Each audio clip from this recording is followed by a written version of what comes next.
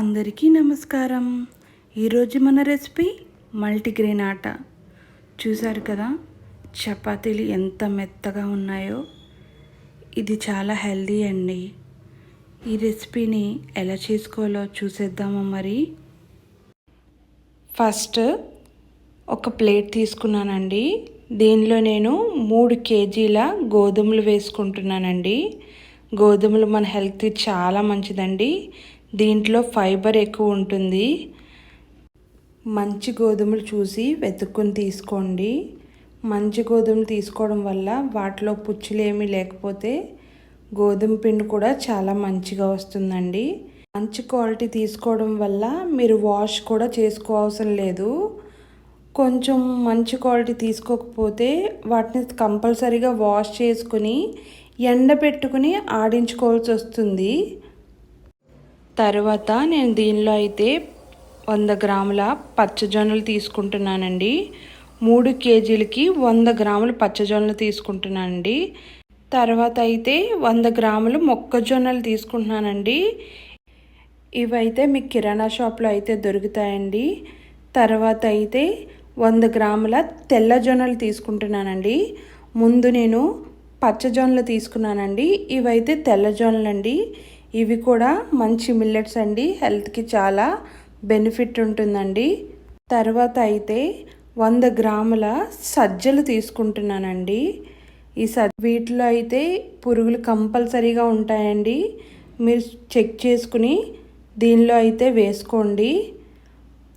దీనిలో మీరు రాగులు కూడా యాడ్ చేసుకోవచ్చండి. నేనైతే రాగులు అవాయిడ్ చేస్తున్నాను. మీకు కావలిస్తే 100 గ్రాముల రాగులు కూడా యాడ్ చేసుకోండి. తర్వాత దీనిలో 200 గ్రాముల ఓట్స్ని వేసుకుంటున్నానండి. ఈ ఓట్స్ కూడా హెల్త్కి చాలా మంచిదే అండి. ఈ ఓట్స్ని అయితే మీరు వాష్ చేయొద్దండి. వాష్ చేస్తే మెత్తబడిపోతాయి. మిగతా అన్ని వాటి మిల్లెట్స్ని వాష్ చేసుకోండి, కానీ ఓట్స్ని అయితే వాష్ చేసుకోవద్దండి. ఓట్స్ని అయితే ఇలా డ్రైగానే వేసుకోవాలండి.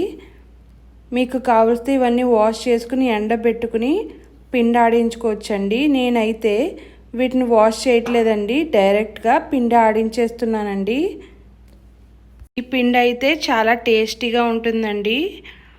రోటీలు కూడా చాలా స్వీట్గా ఉంటాయండి, టేస్టీగా ఉంటాయండి. ఫైనల్గా చూసారు కదా, వీటన్నిటిని నేను మిక్స్ చేసుకున్నాను. ఇప్పుడు వీటిని అయితే నేను ఆడించుకుంటాను. ఇదైతే త్వరగా పురుగు పట్టేస్తుందండి. మీరైతే ఎప్పటికప్పుడు వాడేసుకుంటూ ఉండాలండి. ఒక ఎయిర్ టైట్ కంటైనర్లో వేసుకుంటే ఏ ప్రాబ్లం ఉండదు. ఫైనల్గా అయితే నేను పిండి ఆడించేసానండి. చూసారు కదా పిండి ఎంత బాగా వచ్చిందో. ఈ పిండిని నేను రోటీ చేసుకుని మీకు చూపిస్తాను. ఫైనల్గా అయితే రోటీ చేసుకుంటే ఇలా ఉంటుంది. ఇది మనం మార్నింగ్ కానీ నైట్ డిన్నర్లో కానీ తీసుకుంటే హెల్త్కి చాలా మంచిదండి. షుగర్ ఉండే వాళ్ళకి షుగర్ లెవెల్స్ కూడా కంట్రోల్లో ఉంటాయండి.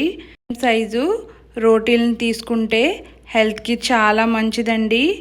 మనకు బాడీకి అయితే ఫైబర్ కూడా అందుతుంది. బయట కెమికల్స్ మిక్స్ అయిన పిండి కంటే ఇలా మన ఇంట్లో చేసుకుంటే చిన్నపిల్లలు సైతం తినొచ్చండి. ఇది మీ ఇంట్లో చేసుకుని మీ ఫ్యామిలీ అంతా హెల్తీగా ఉండాలని కోరుకుంటున్నానండి.